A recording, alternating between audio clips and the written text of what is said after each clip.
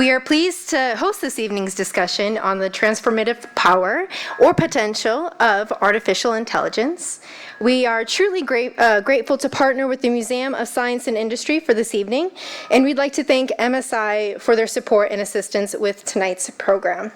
Unfortunately, due to a late change, WBEZ will not be recording tonight's event for Worldview, but we thank the WBEZ members for attending and look forward to welcoming Jerome McDonald, who will be speaking here in just a few weeks at the council. This evening, we have this winter and the spring, we have many exciting programs that are upcoming, and you can check our website for a listing of them. But I did want to point out one particular program that will be happening. It might be of particular interest for you. On Wednesday, January 24th, we're going to be having a program that will be talking about preparing today's workforce for tomorrow's economy. And we'll look at the U.S. workforce and how we can prepare for a changing economy, increase automation. That is driven by some of the technologies that we will discuss this evening. So a few disclaimers for tonight. This program is on the record and we are live streaming, so please silence your cell phones. And please note that views expressed by individuals we host are their own and do not represent institutional positions or views of the council. We'll be taking questions from audience after our panel discussion, as well as through our online platform. So please type in chi.cnf.o on your internet browser and select today's program. The Council on Global Affairs is a membership organization, so if you are a member, thank you, and thank you for your support, which helps us produce content that is affordable, accessible, and independent. But if you'd like to join, our membership starts at just $100. Following tonight's program, we'll be hosting a council networking reception. So we're grateful to MSI for bringing a few exhibits from the robot revolution. And you can see them after the program, so we just encourage you all to stick around at the end. And with that, I would like to welcome our introducer who will frame tonight's discussion and introduce our panelists. David Messina, he is the president and CEO of MSI in Chicago, which is one of the largest and most popular and well-known science museums in the world. David Messina has been the helm of MSI since 1997, and since his tenure, the museum's groundbreaking new exhibitions have won international acclaim, and its annual programs have provided life-changing educational growth experience to thousands of high needs youth. And prior to his position at MSI, David has served a number of leadership posts in the city of Chicago, including the president of Chicago Transit Authority, commissioner of aviation, and chief of staff for former Chicago Mayor Richard Daley. So ladies and gentlemen, please help me in welcoming David Messina.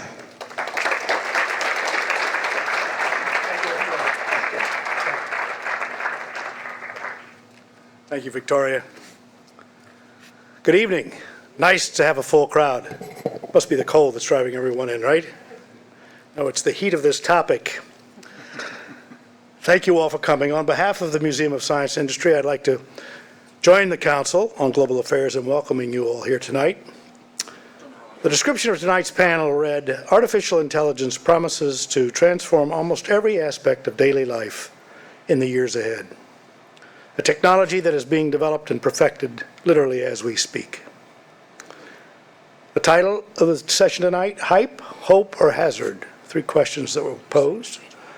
I would suggest the answers to those are yes, yes, and yes.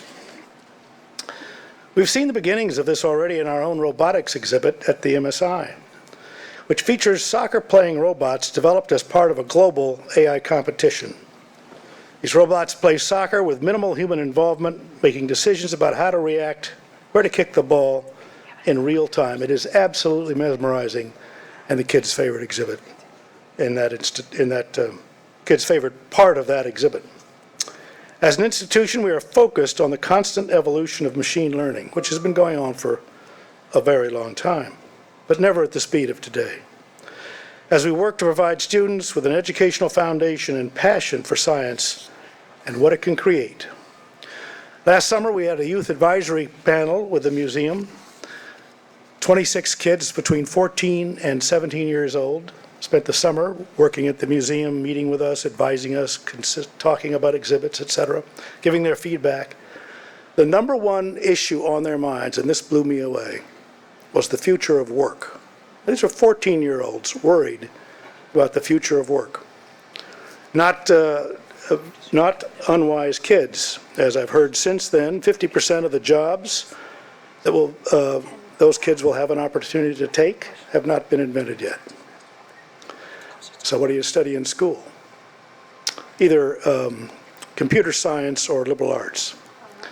As we work together to better understand artificial intelligence and what it will mean to society, the kind of dialogue we're having tonight will be critical to help us lead the next generation into the future.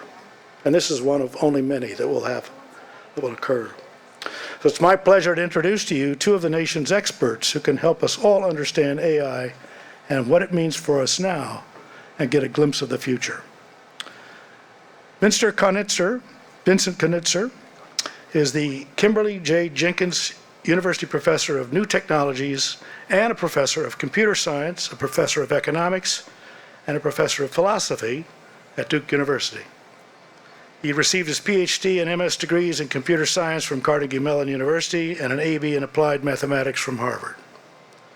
Most of his research, for which he has won multiple awards, is on artificial intelligence and economic theory. He's also been named a Guggenheim Fellow, a Kavli Fellow, a Bass Fellow, a Sloan Fellow, and one of AI's 10 to watch. Vincent was also one of the founding editors-in-chief of the ACM Transactions on Economics and Computation. Please join me in welcoming Vincent to tonight's panel.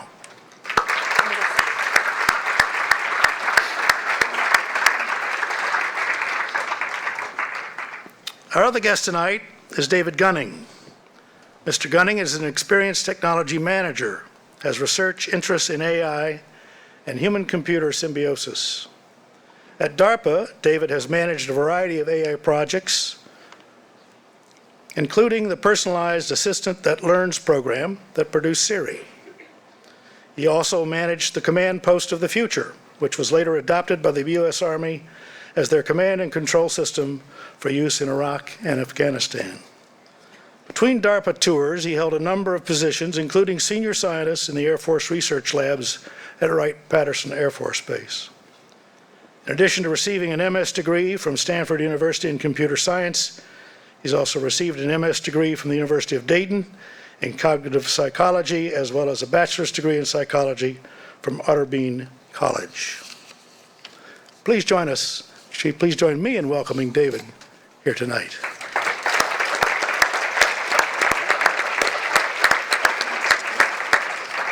And our moderator tonight is Cecile Shea, a non-resident senior fellow on security and diplomacy at the Chicago Council.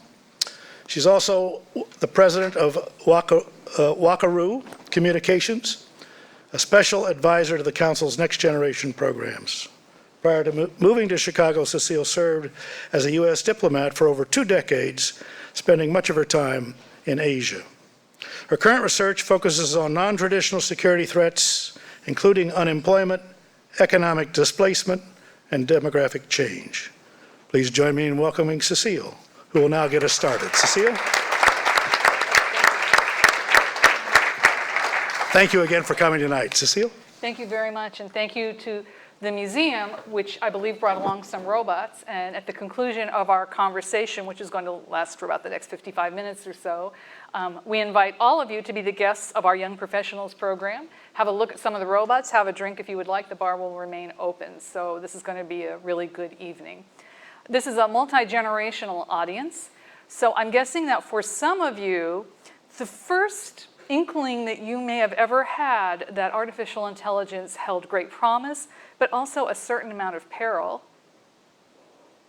was HAL 9000. How many of you remember HAL 9000 from 2001: A Space Odyssey? HAL started out with the best of intentions. His software became corrupted, and the American Film Institute considers HAL the 13th most memorable villain in the history of American cinema. Now, we're having a little contest here. Ian, you're there with the prize? A little trivia contest. Who knows, in the novel and in the movie, where HAL was built?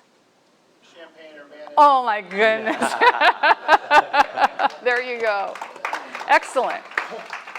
So, unlike all of you, I got a little older. and became a fan of Star Trek: The Next Generation. And some of you may remember Mr. Data and his evil brother Lore.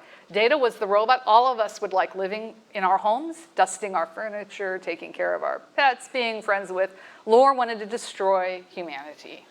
So sometimes I feel like we are so caught up when we talk about AI in the science fiction aspects, the data, the lore, the not wanting HAL to take over our lives, that we miss where we really are in AI right now, what AI is in our lives that we take for granted, and what we can reasonably expect to develop over the next 20 or 30 years. What are the real dangers and the real ethical concerns, because we have an ethicist here, what's in the realm of possibility, and what is still, sadly, science fiction. So with that, I wanted to ask each of you to give the folks here who have, I'm sure, various backgrounds, an example of what AI is apparent in their lives every day that they may not even be aware of. So Vince, we'll start with you if that's okay. Yeah, so there are many places where AI is now being deployed. So one that you may have noticed is speech recognition in your phone, which actually has become remarkably good at least transcribing the things that you say. That's one example where AI really has made a lot of progress recently. And it's a good example of the kind of techniques that are being very successful right now. There's a lot of development in machine learning, and that's what's underlying that technology. Similarly, image recognition, right? So how does Facebook know who is in those pictures that you post? Again, there's AI techniques underlying that.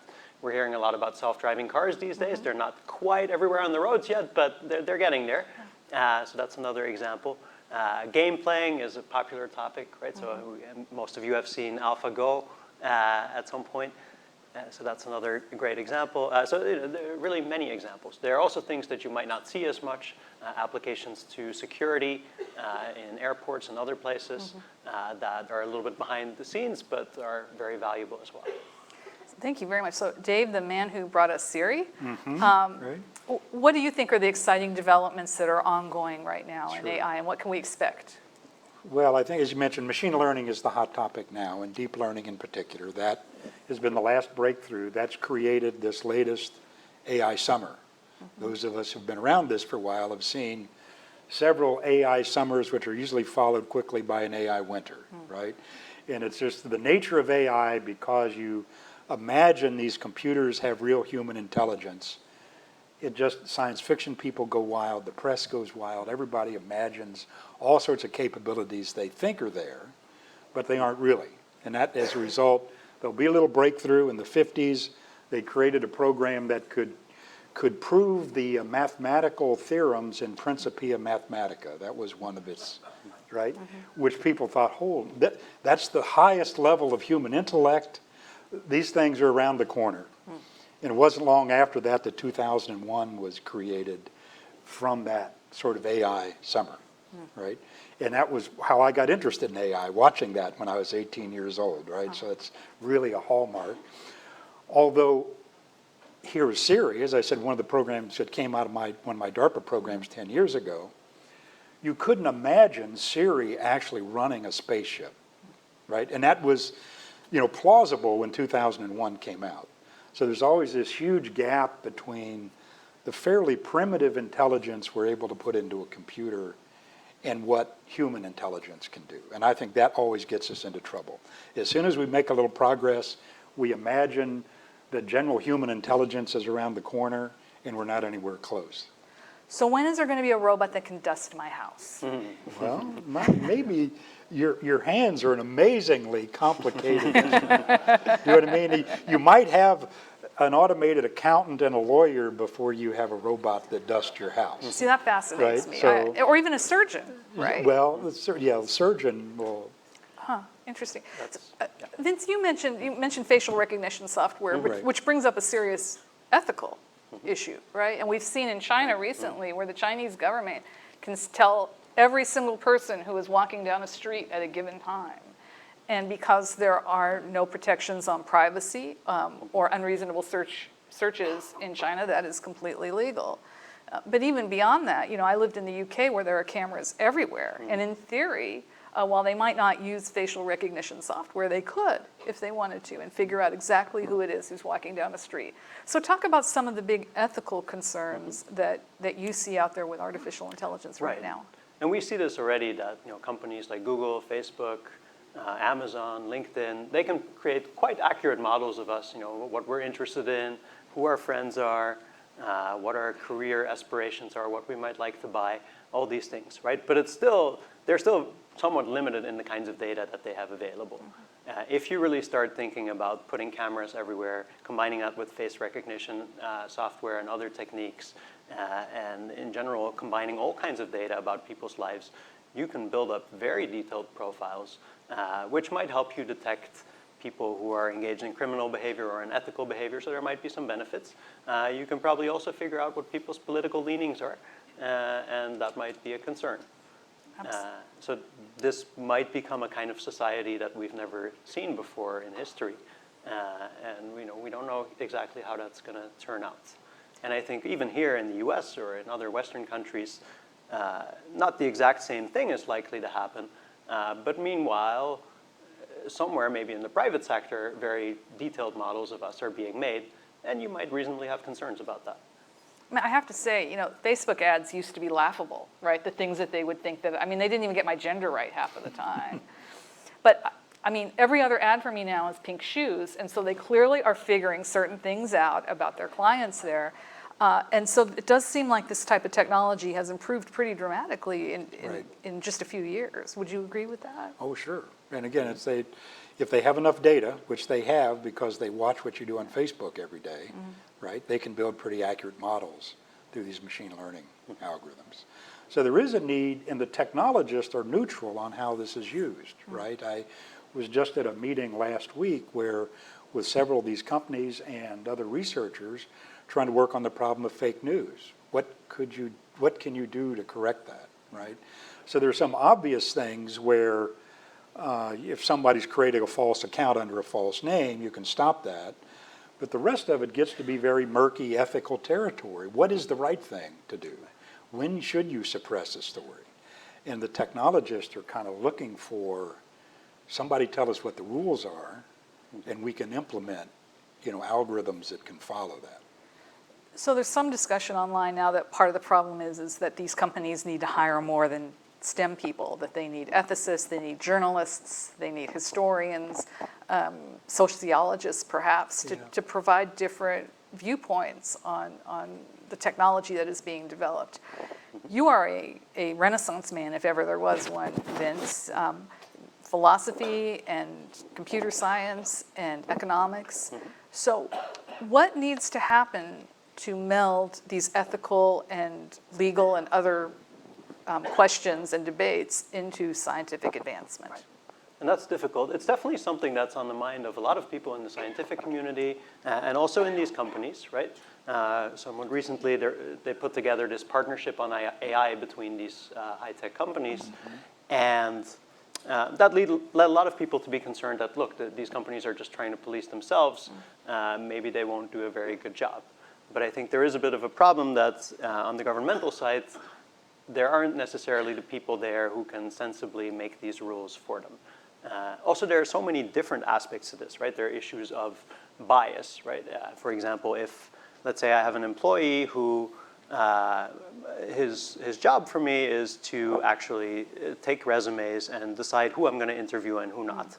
And one day I want to put him on something else, and I want to automate his job based on the decisions that he's made in the past, right? So maybe I keep good records of which of the resumes that I saw he recommended to interview and which ones he recommended not to interview. Right? This is a very standard machine learning kind of problem where based on these kind of data with labels, should I interview this person or not, we try to generalize to future applications. And so my algorithm at the end would take new resumes as input and decide whether or not I should interview that person based on trying to do something that is as similar as possible to my previous employee, right? And when it does that, it might also copy some of the biases that this person had, right? Maybe this person was racially biased, whether he wanted to be or not, right? That might then end up in the algorithm. That is one kind of thing that a lot of people are concerned about. Self-driving cars is a very tricky, there are a lot of tricky issues, right? If the self-driving car gets into an accident, who is responsible, who is liable?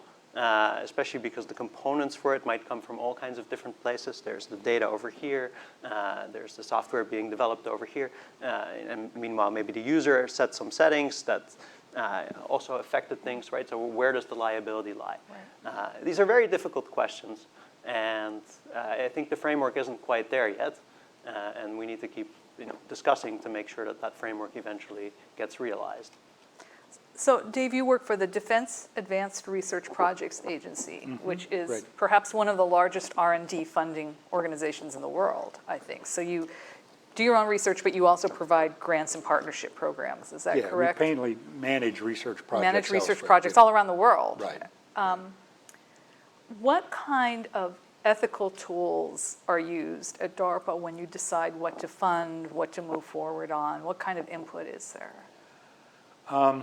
Well, it depends on the technology. Each project, DARPA is a very kind of dynamic, bottom-up organization, right? So their program managers like myself come there for 4 years, you run a project and you go away. There's kind of no institutional, bureaucracy. So when you come in to sell a program, you have to generate an idea, talk to everybody involved, and kind of figure out what's the zone for that idea? What's the target? And you have to make ethical judgments in that as well. One of my programs now is on explainable AI, explicitly we address one of these bias problems that he's describing, right? As well as just to enable people to communicate with and understand these AI systems. Now, in other cases, we have a biology group now that does a lot of very interesting and potentially ridden questions. They have an ethical panel that reviews every piece of research they do. If they're doing something in genetics, they'll actually sit down and discuss what are the possible ethical implications of that. We don't do that in every area, but often we will. So you talked about explainable AI, and you talked about programs that scan resumes, which is what the U.S. government uses now. And so I'm going to maybe try to channel some people's concerns about the programs like that. It used to be resumes would come in, and you get a resume, and maybe the person didn't have quite the education that you had said on the job advertisement, or maybe the person had 2.5 years experience instead of 3 years experience. But by gosh, there was something in that resume that really caught your mind. The person was a real go-getter. You could see maybe, had put themselves through school. Maybe it was a second career. I mean, something really intrigued you. Right. Robots don't get intrigued. And so it kind of, there's a feeling out there that unless you game the system, which is game the robot, make sure that you have all the right words and everything in the resume or the application, that you're not going to get through the front door because that human factor is missing. So how do you respond to people who say that, AI is taking the human element out of really very important decisions?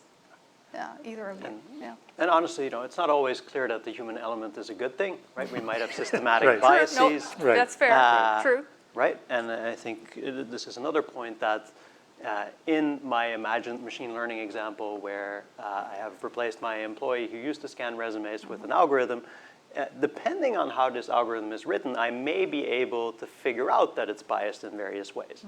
So it's much easier to do that potentially with an algorithm than it is with my employee that something is going on in his brain, but I don't really know. It's very hard to inspect that, right? So it might be more inspectable.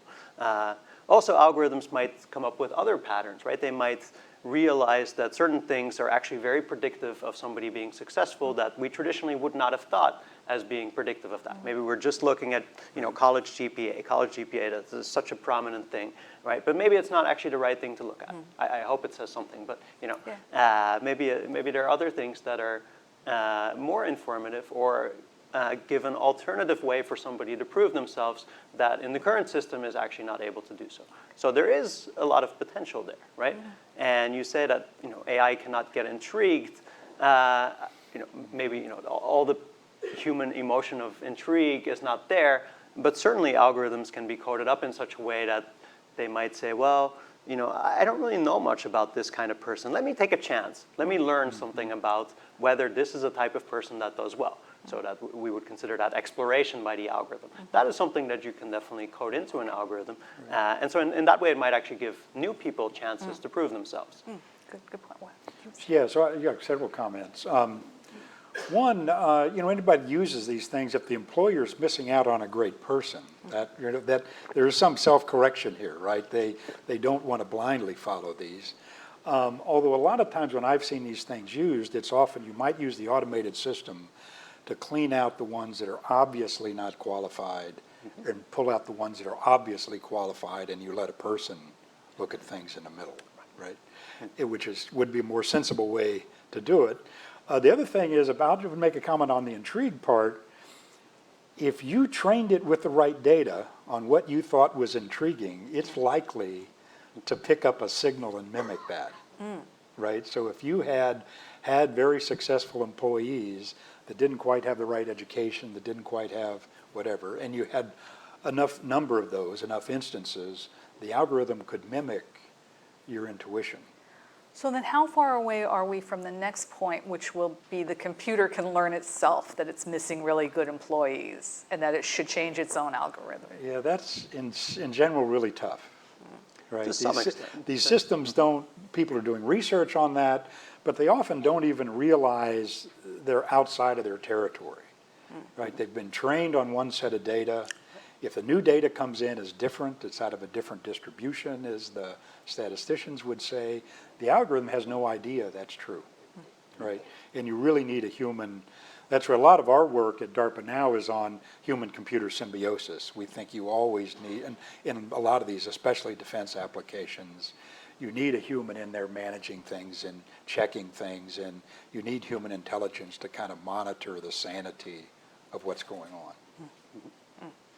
And I think, so transfer learning, as it's often called, right? The idea of taking something that you've learned in one domain and then being able to apply it in some sense in a different domain, that's a very difficult topic in machine learning still today.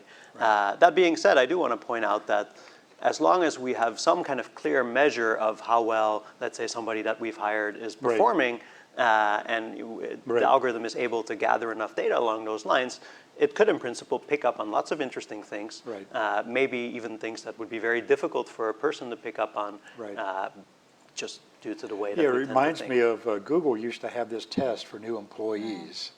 They'd give them these very intricate math puzzles and analogy problems, and they thought, oh, this is the way to pick the perfect programmers. But they're so used to this data analysis, they would actually follow people and see who were the most productive employees, and found out this test had nothing to do with whether an employee was going to be productive later on, and so dropped it. You can imagine eventually a machine might even be able to catch trends like that and modify it so.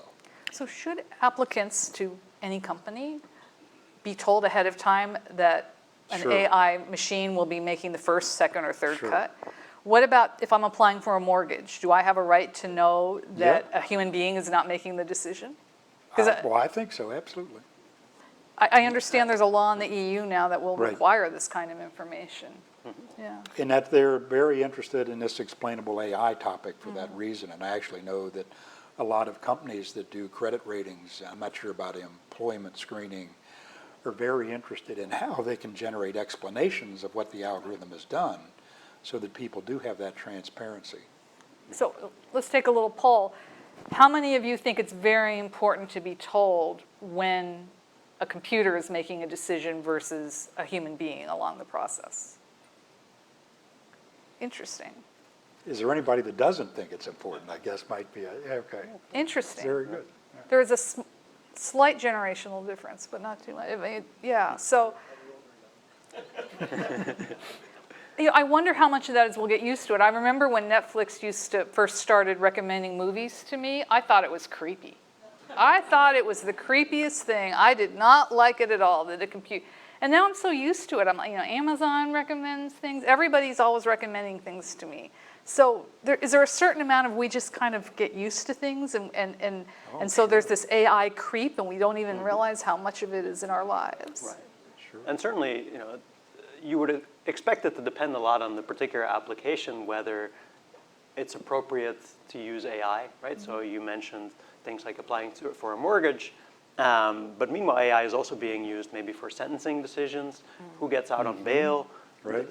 It would seem that those are the kind of domains where you would be even more worried about these kinds of things. And it's not just informing people that AI is being used, but also maybe giving them some way of seeing how the decision on them was reached, right? Having some way to protest what has happened, or at least get some insight into what happened. We've actually been doing a little bit of research on what makes people comfortable with AI making decisions in various domains. We didn't quite find the effects that we were hoping to find. The clearest one seemed to be that the more familiar people got with AI making these kind of decisions, the more comfortable they were with it as well. But that's not necessarily how we want it to be. So we have to be careful. I think with privacy, we've certainly gotten very used to the idea of having less privacy. But this has been kind of a gradual erosion of expectations. Has it been a good thing? Who knows? But it doesn't seem to have been a very conscious decision on our part, right? It's just kind of happened and changed over time. I mean, it's quite interesting if police, say, sued Lyft to get my ride share records for the last 2 months, they would know an awful lot about me, right? And this is a whole new field that has very little legal precedent at this point, and very little understanding of how much information about us really is our information. Because I don't know about you, but I have cash in my wallet very seldom anymore. And so that alone, just my credit cards. And you study all the privacy policies for every piece of software you use, right? No, So you know yeah, right. exactly. Yeah, I read all 20 pages, yeah. Right? Yeah, good point. So we have a couple interesting questions here that I wanted to turn to. And the first one is particularly intriguing to me because I served in Japan. And I'm going to paraphrase it a little bit. We have a coming tsunami of elderly people in this country as baby boomers age. I'm one of them. Yes, as am I. As am I. And most of us did not save as much money as our parents did. And so care is going to be an increasing issue. I have to say driverless cars are going to be the best thing that ever happened to baby boomers. Yes. Because our kids are not Best going to thing have to to- take our driver's licenses Right. away the way that we have had to take our parents' driver's licenses Right. away. But what can AI, what will be the role of AI in caring for elderly and lonely people over the next 20, 30, 40 years?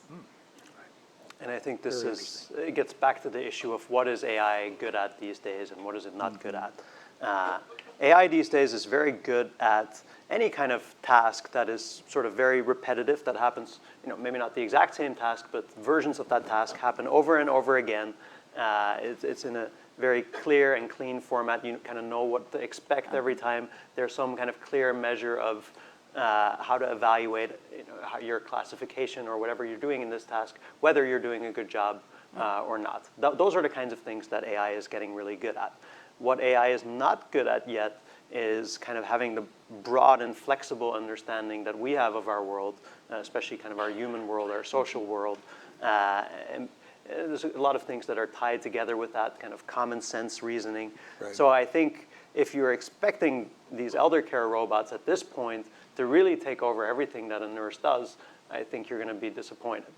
They might be able to take over some very well-specified tasks, and you may require fewer nurses as a result. But it's very difficult to automate all of that, I think. Yeah, I agree. I assume it could detect when somebody had fallen down, right? Or they might be able to make sure they take their medication at the right time, right? Like you're saying, very, tasks you could define well, you could train the system well for it. The other thing it probably will happen, and I noticed this question was about Japan, one of them, there's a lot of work on kind of making very emotional robots, Yes. which is relatively easy to do. You know what I mean?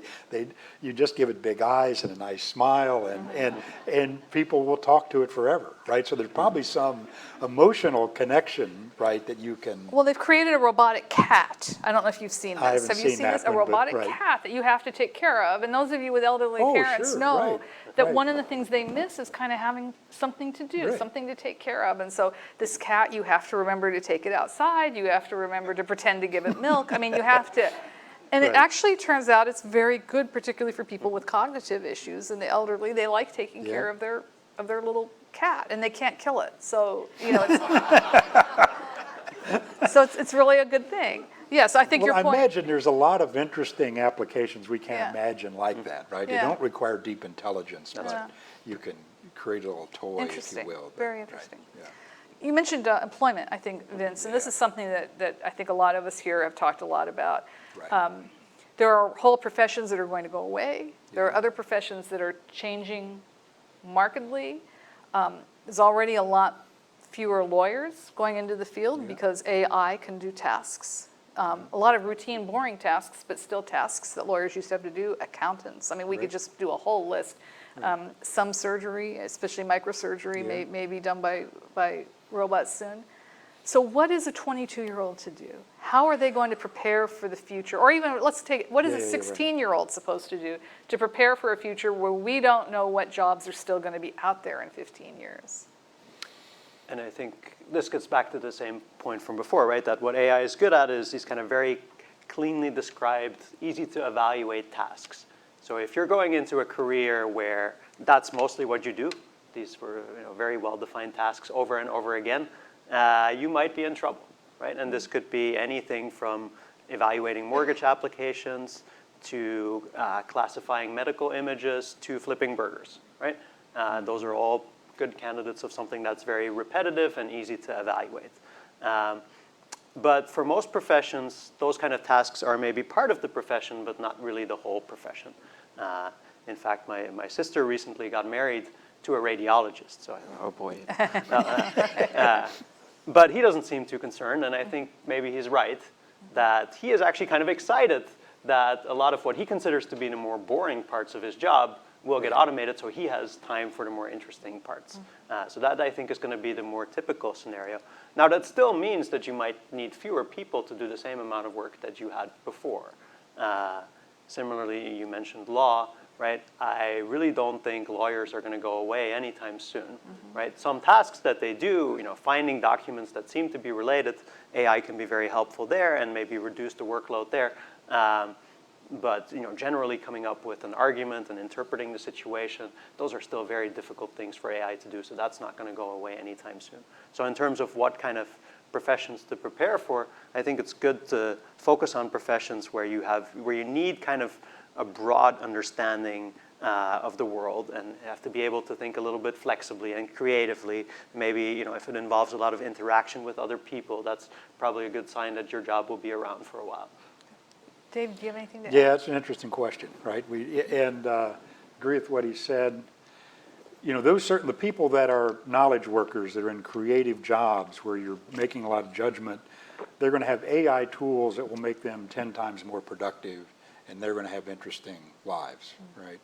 It's low-skilled people that are in very repetitive jobs. I think there's a real issue, a social issue, right? It could just enhance kind of the income inequality and the split we have in our society. Yes.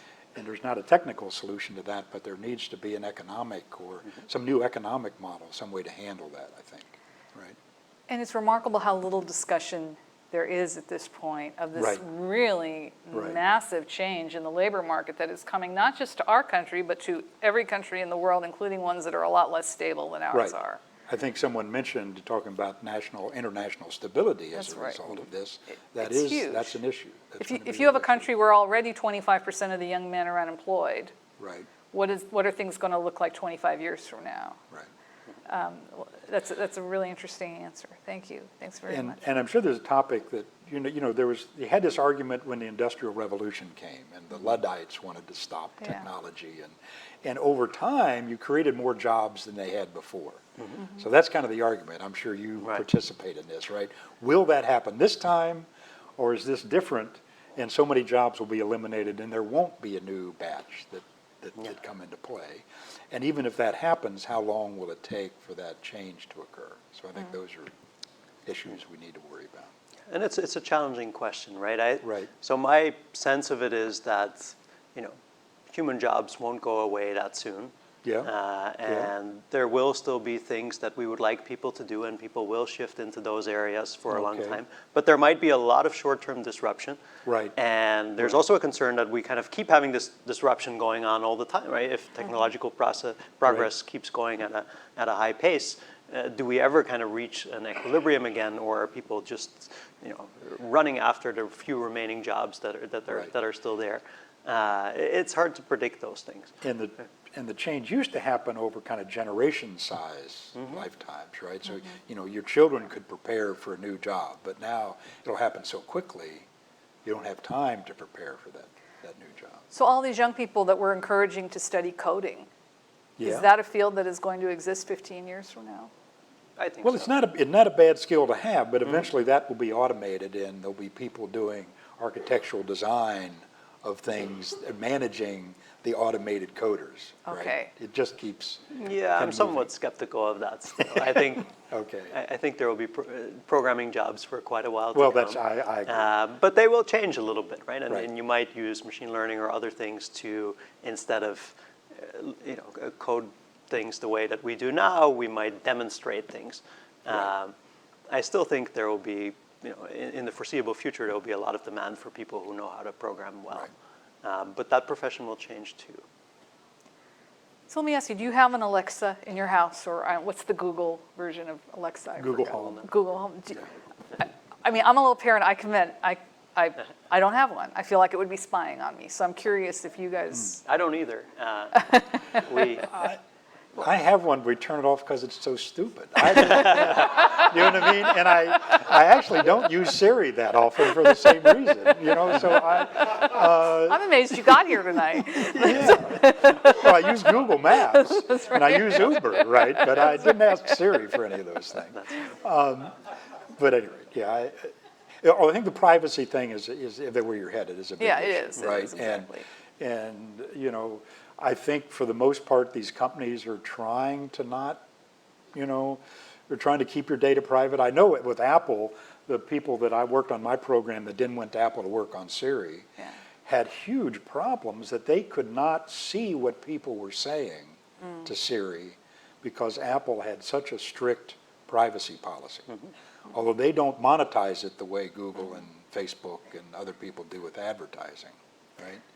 So you don't know. I mean, I think for the most part, these companies are trying to do the right thing, but I don't think there are clear rules. There are not clear privacy policies, right? And privacy means different things here as well, right? You might be Right. worried about an employee at Right. one of these companies that for some reason you have some relationship with, that they're going to look at your data, and I think they have policies to protect you from that. Meanwhile, you might also worry about somebody hacking your Alexa, right? Yeah. Yes, Somebody right. outside the company, and this was, maybe the company tries to prevent this from happening, but it might happen, and then somebody can listen into anything you say.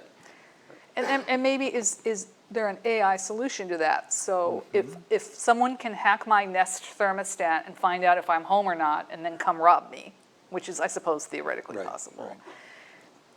Are there AI bots that can Sure. repair this before I even know that someone Well, has you're kind of done getting the that? idea of cyber warfare, which DARPA really invests in a big Okay. way. And that we just had last year the Cyber Grand Challenge, which was a contest to have several different computers try to attack each other and try to defend against each other. Now, it's fairly primitive, and they didn't do as well as humans do at this. But that, again, there's a technical help, along those ways. Are we the leader in this, or are other countries ahead of us? I think we're clearly a leader in it. We're not alone, right? There are other major countries that are investing heavily in cyber warfare, and we're very aware of that and keeping pace. I'll go back to the privacy one. There is a potentially some help, AI or technical help in that area. DARPA also has a program called Brandeis, named after the judge who first Yes. wrote privacy policies, where they're trying to see, is there a way to, one, help people understand what their privacy policy really means. You sign on to Google or Facebook or whatever. And then two, have you describe what you want to keep private and what you don't mind that people see. And then have a computer way to encrypt or protect or disguise that information So it could go ahead and be used for analysis and advertising and whatever, but you're assured that no one's going to be able to see where you shop or whatever the, whatever the thing is you want to really protect. How many cupcakes I ate last month? Well, now we know what to look for. Interesting question here. With technology outpacing the implementation of laws and rules, who is responsible for implementing and enforcing best practices? Yeah. That's a great question. I think I touched on it before, right? Right. That governmental institutions may not have the expertise at this point, and it's difficult for them to attract enough people, even though there are many well-willing people. If you look at the kind of salaries that the tech companies are offering them, it's very difficult for government to compete with that. So that is a serious concern. And I think within these companies, there are a lot of very well-meaning people who would like to see these issues addressed, right? Any company is a collection of a lot of different people with different interests and different priorities, but there are definitely in many of these companies people who take this very seriously. And they are, of course, in a great position to see what is actually being done in the company and what might be better and what might be worse to do. Of course, at some point, this might actually need to come outside of these companies. There should be some kind of collaboration, at least, between government and people in these companies. Because is it realistic for a company who owes its allegiance to its shareholders to expect it to give up profit in the name of anonymous people's privacy? And won't it at some point take serious government regulation so that these companies will know that I can do this, I can't do this, I have to tell people this other thing? I mean, what are your thoughts? As a government employee, what are your thoughts? Well, not speaking as a government employee. Excuse me, Yeah. okay. As a private You're citizen, right. as a very smart man, what are your thoughts on this? Well, certainly that would help, but I think it's a very complicated problem, right? The other thing that would work is just awareness, right? Some companies like Apple have made privacy a feature, right? If more people are aware of what Facebook or Google or other things might be doing with your data, the more people are aware of that, the more likely they might be to turn that off or to make sure they're careful about their privacy policy. All that is limited. I mean, a lot of people just don't care, and very few people would dig into the details of it to figure it out. But I think awareness through the press and just discussion, and then lead to perhaps government regulation. Okay, interesting. Thank you. I've been taking questions that have been sent in through our local system, but I want to reach out to some of you out here. Way in the back, the gentleman with the rust-colored shirt on. If y'all could wait for the microphones, excellent work. Oh, and we have a big crowd, so could I ask that your question be an actual question and one sentence long, so we can get to as many people as possible. I actually have two questions, but they're quick. One sentence each, go for it. Okay, to the room. How many of you heard of Mycroft Holmes? The computer. Okay. The computer from Heinlein's Moon is a Harsh Mistress. Okay, a few people, very good. And the second question for comments to the panel, I once, a long time ago, heard a guy working in AI say, if we're lucky, they'll keep us around as pets. Comments? Which is the fear, which is one of the fears, right? Stephen Hawking has written about it and others, yes. So this is something that there is a community of people that is genuinely worried about AI becoming what they call superintelligent. Right. And by that they mean broadly more intelligent than human beings. In some sense, they're already more intelligent than us on certain very specified domains, right? Like Go, okay, so it's definitely going to beat me at Go, but I don't care that much about that. But the concern is that if they become broadly more intelligent than people, then, and we designed them, then probably they're even better at designing AI, and so they're going to create even better AI, and it's just going to spin out of control, and who knows what the world will look like. Not only more intelligent, but somehow they get in control. That's the combination of things that people are afraid of. And so I think most AI researchers do not perceive this as being on the horizon. Right. But maybe if you talk about 50, 100 years, it's a different question. It's an interesting thing to think about because if nothing else, it brings a lot of philosophical questions to the foreground, right? What do we really care about in that kind of scenario? Do we want to become cyborgs that are integrated with this superintelligence or not? It also just highlights that there's so much about ourselves that we don't understand yet, right? In my view, right now, we really don't understand consciousness and what that really is at this point. So if nothing else, it's interesting to think about it from that angle. But yes, there is a community of people that is seriously concerned about this. I think that most people work in AI, and it's so difficult to get these systems to do the simplest thing, right? We're just so far away from this kind of superintelligence. I put this in the same category as worrying about a meteor hitting the Earth and eliminating life as we know it. At some point, that'll happen, right? It's probably not going to happen in the next 5, 10 years, right? Okay. And that's the fear is, everybody knows it's very hard. The systems today are not even close. The question is, what's the rate of change going to be? Will we hit some inflection point where the systems start designing themselves and they take off, right? And I don't think that's very likely, but it's worth considering. It's worth having a few people think about it. I don't think it's worth losing sleep over.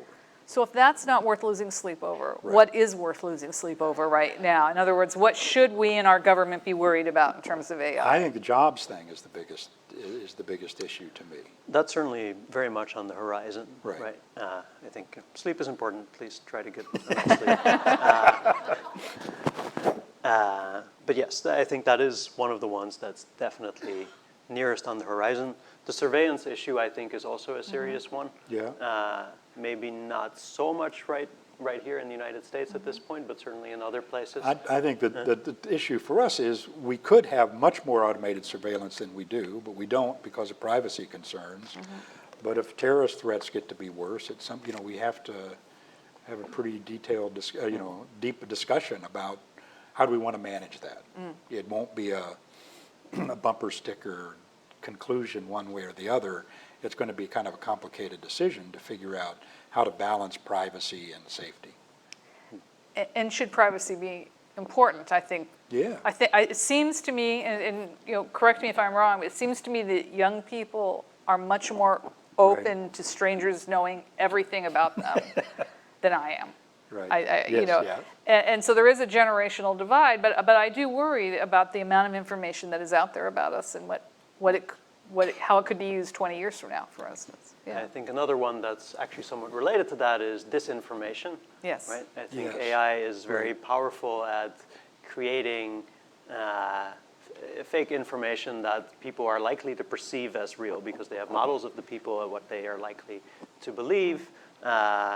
Fake videos, that's something that AI is starting to get very good, scarily good at creating fake images, fake videos, right? A video of somebody saying something that they never actually said, it just generated that video artificially.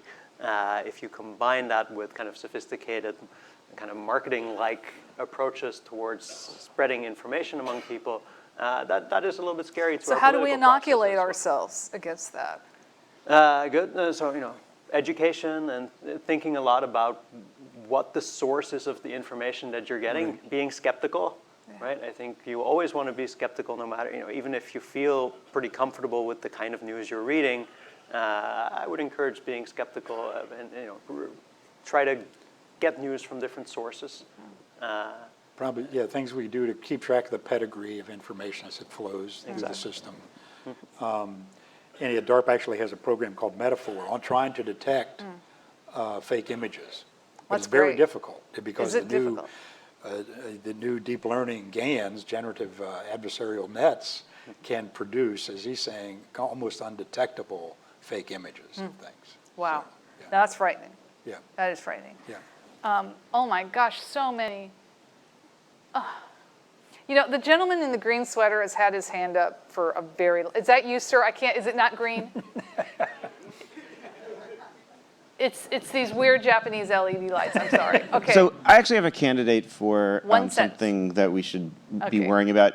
we've never created a computer system that can't be hacked. And so as more infrastructure becomes automated, it seems like it's just a bigger and bigger target. And if there's AI there, we're going to be expecting it to do more autonomous things. That seems like something we should worry about. We had a fairly frightening conversation yesterday about how vulnerable our voting systems are in this country, as an example. Yes. Yes, so vulnerable to hacking, and AI makes hacking even worse, is what you're saying, right? Because there's more information. So, but you are working on, DARPA is working on antidotes. Oh, surely, on all of those. It's still a big problem, right? You know, and there are things you could do to make systems more secure, to have automated techniques that will monitor your system, right? But the more you depend on automation in general, right, the more powerful that hacked system could be. So I'm not sure that's AI is the most important element of that, but cybersecurity is certainly going to continue to be a big problem. Right. People talk about the Internet of Things, right? As more and Right. more of our devices get connected, that I think is really what should make you worried about things being hacked, that more and Right. more things will be connected. The fact that there's AI behind it, that does play a role as well, right? So there are kind of interesting new attacks on AI systems where you maybe send them some fake data. You know, so in the Right. training data that has generated this machine learning system, maybe somehow you manage to insert some fake data that then gets the system to behave in a way that wasn't anticipated, but that you can take advantage of. So there is some, you know, AI plays some role in that, but I think mostly just the fact that more and more things are being connected and being controlled by algorithms it creates more opportunities for hacking. Well, could I ask you each to leave us with 60 seconds of the promises and the perils of AI?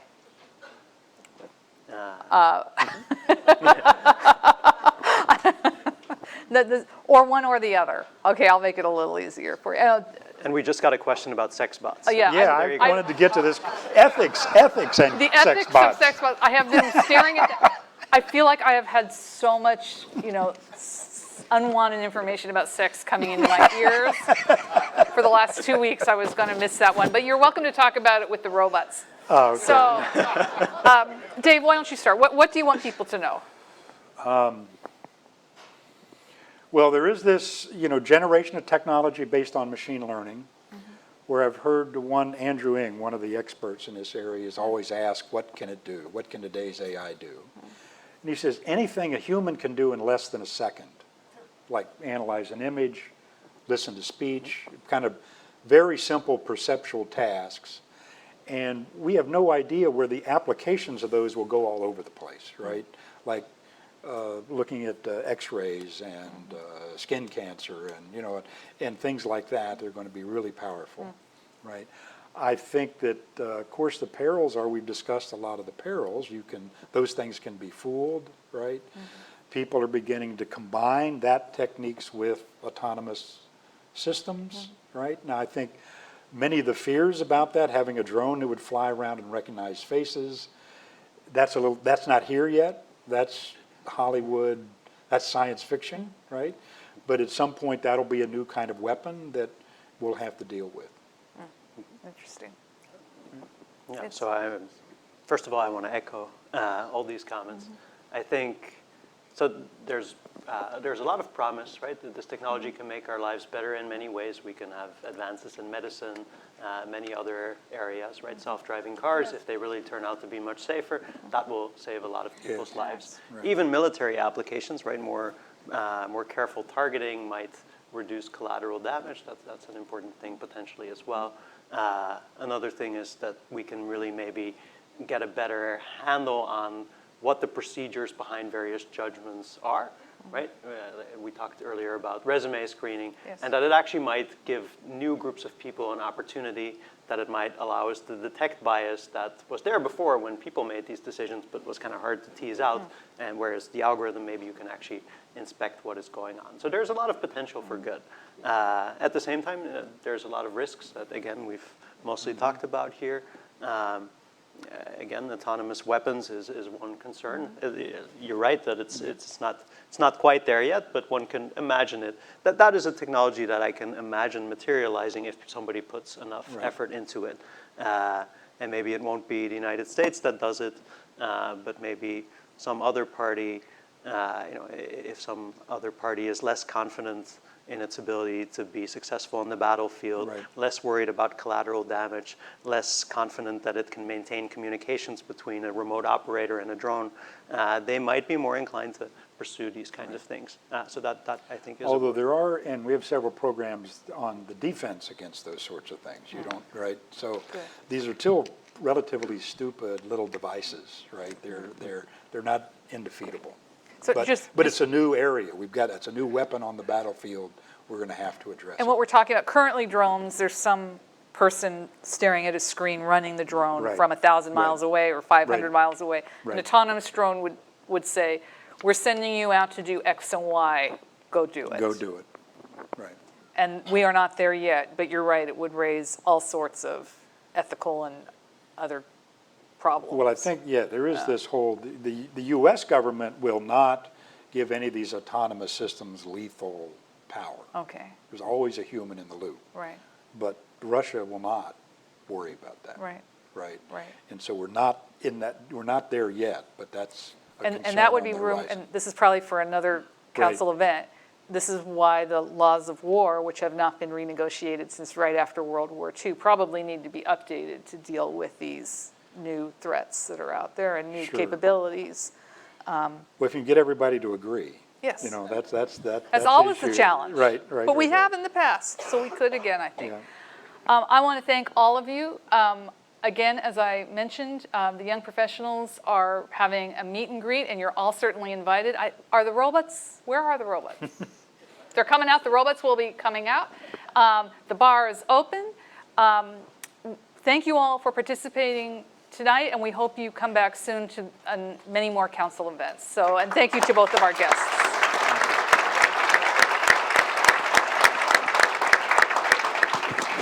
So what are the ethics of sex bots? I have I know. that's, I just saw that one come up.